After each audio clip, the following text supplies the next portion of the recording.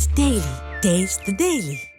2015ஆம் ஆண்டு மலையாளத்தில் வெளியான பிரேமம் திரைப்படத்தில் நடித்ததன் மூலம் அனுபமா பரமேஸ்வரன் சினிமாவில் அறிமுகமானார். தொடர்ந்து 2016ஆம் ஆண்டு தனுஷ் நடிப்பில் வெளியான கொடி திரைப்படத்தில் நடித்ததன் மூலம் தமிழ் சினிமாவில் கால் பதித்தார். அடுத்ததாக தெலுங்கு சினிமாவில் கவனம் செலுத்திய அவர் ரவுடி பாய்ஸ் என்ற தெலுங்கு படத்தில் கல்லூரி மாணவியாக நடித்து தெலுங்கு ரசிகர்களின் கனவு கன்னியாக தற்போது வரை திகழ்ந்து வருகிறார். ஆரம்ப காலத்தில் துணை நடிகையாக வலம் வந்த அனுபமா பரமேஸ்வரனின் மார்க்கெட் நாளடைவில் உயரத் தொடங்கிய நிலையில் பெரிய பெரிய நடிகர்களோடு ஜோடி சேர்ந்து கதையின் நாயகியாக மாறினார். மேலும் நடிகை அனுபமா பரமேஸ்வரன் பட வாய்ப்பிற்காக படுக்கையறை காட்சிகளில் கூட நடிக்க தயாராக இருப்பதாகவும் லிப்லாக் காட்சிகளில் நடிப்பதற்கே 50 லட்சம் முதல் 1 கோடி ரூபாய் வரை சம்பளம் கேட்பதாகவும் தகவல்கள் வெளியாகி சினிமா துறையில் பெரும் சலசலப்பை கிளப்பியது.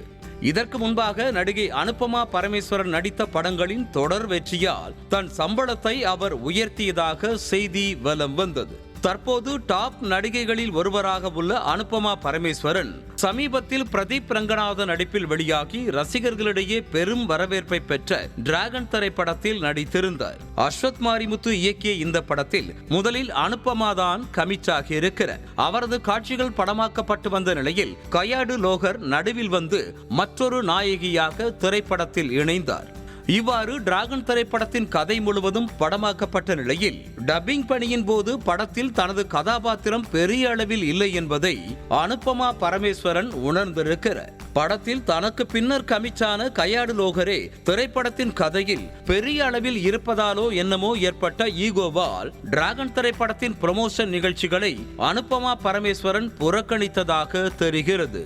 அனுபமா பரமேஸ்வரனின் இது போன்ற ஆட்டிடியூட் அவரை வைத்து படம் பண்ணலாம் என ஆவலோடு இருக்கும் தயாரிப்பாளர்களிடையே தற்போது பெரும் கலக்கத்தை ஏற்படுத்தி இருக்கிறது. ஒன்றுக்கும் மேற்பட்ட நாயகிகளை வைத்து படம் பண்ணினால் அதில் அனுபமா பரமேஸ்வரனுக்கான கதைக்களம் பெரிய அளவில் இல்லாமல் போனால் தங்களது படங்களின் ப்ரமோஷன் நிகழ்ச்சிகளையும் அவர் புறக்கணித்து விடுவாரோ என தயாரிப்பாளர்கள் அஞ்சுகின்றனர். Taste the Daily. Taste the Daily.